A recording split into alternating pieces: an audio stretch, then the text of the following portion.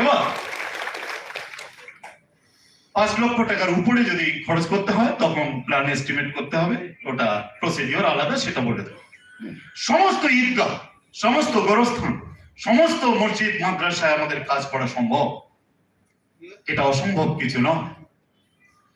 এটা আমাদের আন্দোলনের ফল। আমরা এবার বললাম যে অ্যাপ্লিকেশন তো চাইলেন, এমপি তখন তো বিজেপি, এমএলএ বেশিরভাগ বিজেপি, বললাম যে তারা তো বিজেপি এমপি এমএলএ বা যাই হোক, সব সময় আমাদের সাধারণ মানুষ তাদের কাছে গিয়ে সেই কাজগুলো করতে পারবে তাও সম্ভব নয়।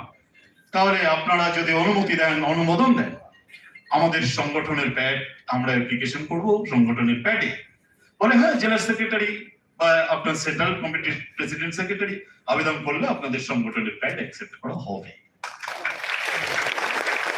ভাইরা পর যখন নেক উদ্দেশ্যে, সঠিক নিয়তে, আল্লাহকে খুশি রাজি করার জন্য, মানুষের কল্যাণের জন্য কোন বান্দা যখন 1 পা বাড়ায়, আল্লাহ তখন 10 পা তার দিকে ধাবিত হয়। ভাইরা আমার, এই অবহেলিত, অসহায়, শোষিত, নির্যাতিত জনগোষ্ঠীর যদি উন্নয়ন করতে হয়, তাহলে নিঃস্বার্থভাবে আল্লাহকে খুশি রাজি করার জন্য পথ চলতে হবে। আমাদের কারো জীবনে কিছু নাও ঘটতে পারে, সেটা বড় কথা নয়।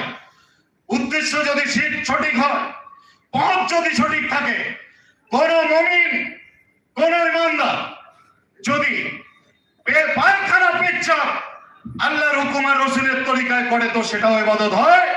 তো এতগুলো জনগোষ্ঠীর অসহায় জাতির মুখে তাদের অধিকার ছিনিয়ে আনার আন্দোলনে ইবাদত কেন হবে না? নিশ্চয় হবে।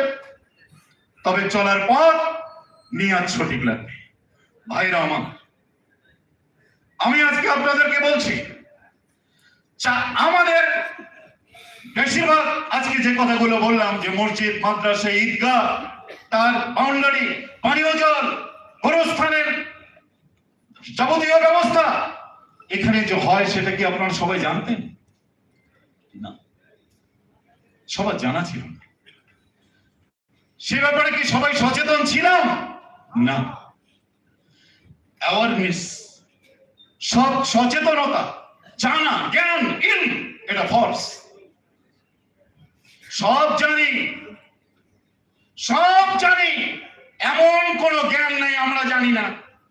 আর আমাদের টাকা পড়ে আছে ডিএম অফিসে, বিডিও অফিসে, কোন খাতে কোন টাকা ব্যয় হবে সেটা আবার বলতে পারি না।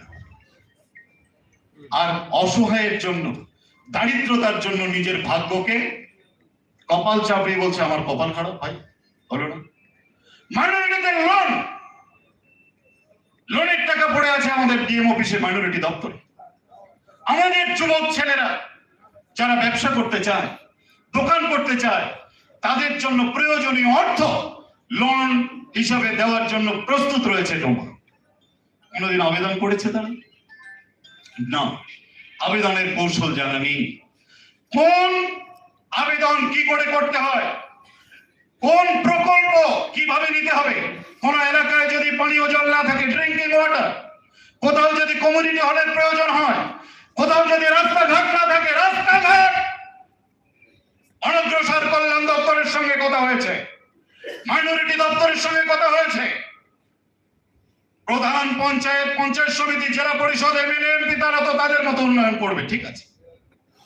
এই অনগ্রসর কল্যাণ দপ্তরের মাধ্যমে রাস্তাঘাট নির্মাণ সম্ভব। কিভাবে আবেদন করতে হবে, কোথায় আবেদন করতে হবে, এটা আমাদের লোকেরা জানে না। যাদের দপ্তর, যাদের টাকা, তারাই জানে না। নস্য শেখ উন্নয়ন পরিষদ 8 থেকে 80 এইরকম রবীন্দ্র ভবন থেকে রান্নাঘর, সব জায়গায় সচেতনতা বৃদ্ধি করতে চায়। আমাদের সব লোক জানবে কোনটা কিভাবে আদায় করতে হয়। আমরা সমস্ত অ্যাপ্লিকেশন ডাউনলোড করেছি। এরপরে যদি সম্ভব হয়, আজকে শামীমকে আমি বলবো, আজকে সমস্ত অ্যাপ্লিকেশনের খসড়া প্রত্যেকটা জেলার হাতে তুলে দিতে হবে।